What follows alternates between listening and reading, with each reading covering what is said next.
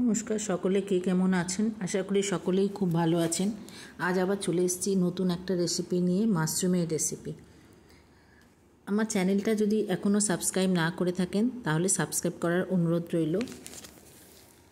এই রেসিপিটা বাড়িতে করে দেখবেন, নিশ্চয়ই খুব ভালো লাগবে। আর যদি ভালো লাগে তাহলে কমেন্ট বক্সে জানাবেন অবশ্যই, এবং আপনার বন্ধু বান্ধব এবং আত্মীয়স্বজনকে প্রচুর শেয়ার করবেন। এই রেসিপিটা আমি সর্ষের তেলে করব।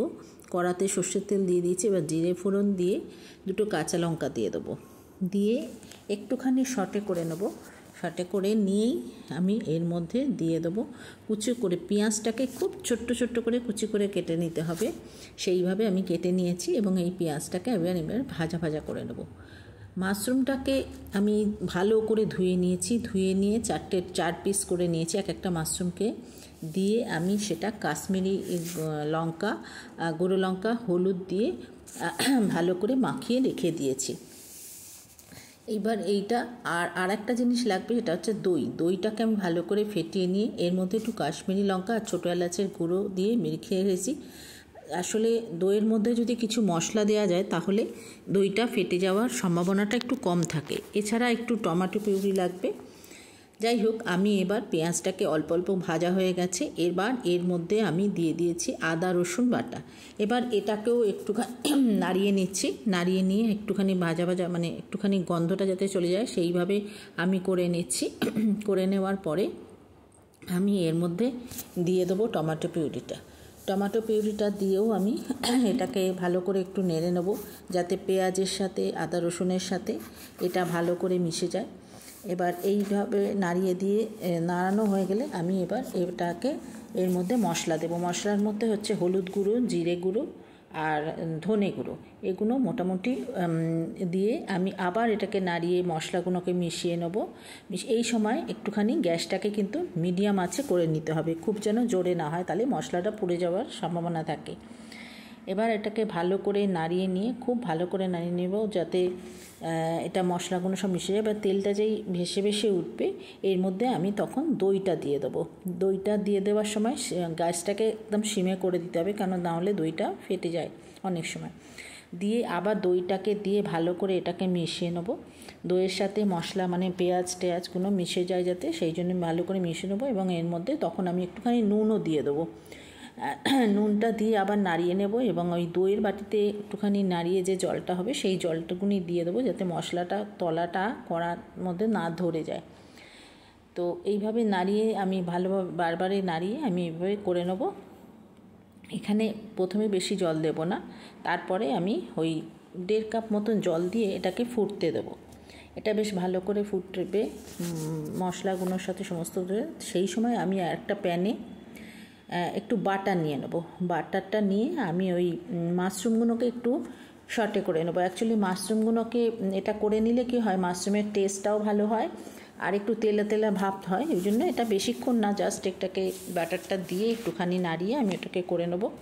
করে নিয়ে একটু নাড়াচাড়া করে নেব। তবে বেশি পোড়া বা এরকম কিছু হবে না, জাস্ট এটাকে পুরো সিমে করে ওটাকে বাটারের সাথে মিশিয়ে দেবো, মানে তেলা ভাব আসবে এবং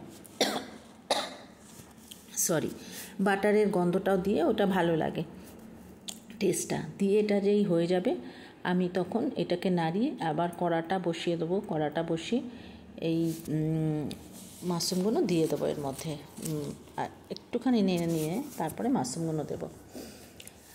আপনারা বাড়িতে নিশ্চয়ই মাশরুম রান্না করেন, এবং কে কীভাবে করেন যদি কমেন্ট বক্সে লেখেন তাহলে আমিও দেখব যে অন্যরা কিভাবে করে। আর আমার মতন করেও একবার করে দেখবেন, নিশ্চয়ই জানাবেন যে কেমন লাগলো আমার রেসিপিটা। যাই হোক, আমি এটাকে এবার একটু ভালো নেড়ে নিচ্ছি। নেড়ে নিয়ে আমি এরপরে ওই কড়াটাকে মানে বসিয়ে আমি ওই ঝোলের মধ্যে মানে মশলাটার মধ্যে আমি একটুখানি মশলাটার মধ্যে আমি এবার মাশরুমটাকে দিয়ে দেবো।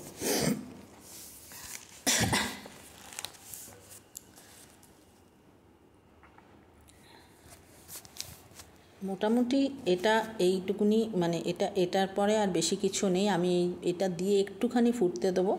আর এই সময় আমি দিয়ে দেবো একটু কসুরি মেথিটা দিয়ে আমি এটাকে আরেকটুখানি নাড়িয়ে নেব। নাড়িয়ে নিয়ে আমি এটাকে একটু ঢাকা দিয়ে কষতে, যাতে এই মশলাটা পুরো মাশরুমের মধ্যে ঢুকে যায়, সেই জন্য আমি এটাকে ঢাকা দিয়ে দেবো খানিকক্ষণ, বেশিক্ষণ না, একটুখানি ঢাকা দিয়ে রেখে দেবো। কারণ মাশরুমটা তো এমনি থাকে, তাছাড়া আমি বাটারের সাথে ওটাকে নাড়িয়ে নিয়েছি, কাজে ওটা আর বেশিক্ষণ ফোটাবো না, মানে একটুখানি ফুটিয়ে আমি ঢাকা দিয়ে ফুটিয়ে নেব, যাতে পুরো মশলাটা মাশরুমের মধ্যে পুরো ঢুকে যায়। সেটা হয়ে গেলেই আমার মোটামুটি এটা হয়ে যাবে। তো এখানে আমি একটুখানি মানে কসুরি মেথিটা দেবো, আর একটুখানি চিনি দিয়ে, চিনি বলতে আমি গুড় ব্যবহার করি যেহেতু, একটুখানি, মানে এটা গুড়টা দেওয়াটা না, এটা স্কিপও করতে পারেন, তবে একটু টমেটো পিউরি বা দই দিয়েছি তো সেই জন্য আমি একটুখানি মিষ্টি দিলাম, মানে যা খুব সামান্য দিয়ে দিলেই মোটামুটি আমার এটা হয়ে যাবে। এবার দিয়ে দেবো একটুখানি ধনেপাতা কুচি, আর দিয়ে দেবো একটু গরম মশলা, দিয়ে একটুখানি আবার করে নিলেই আমার মোটামুটি আজকের মাশরুম মশলা রেডি।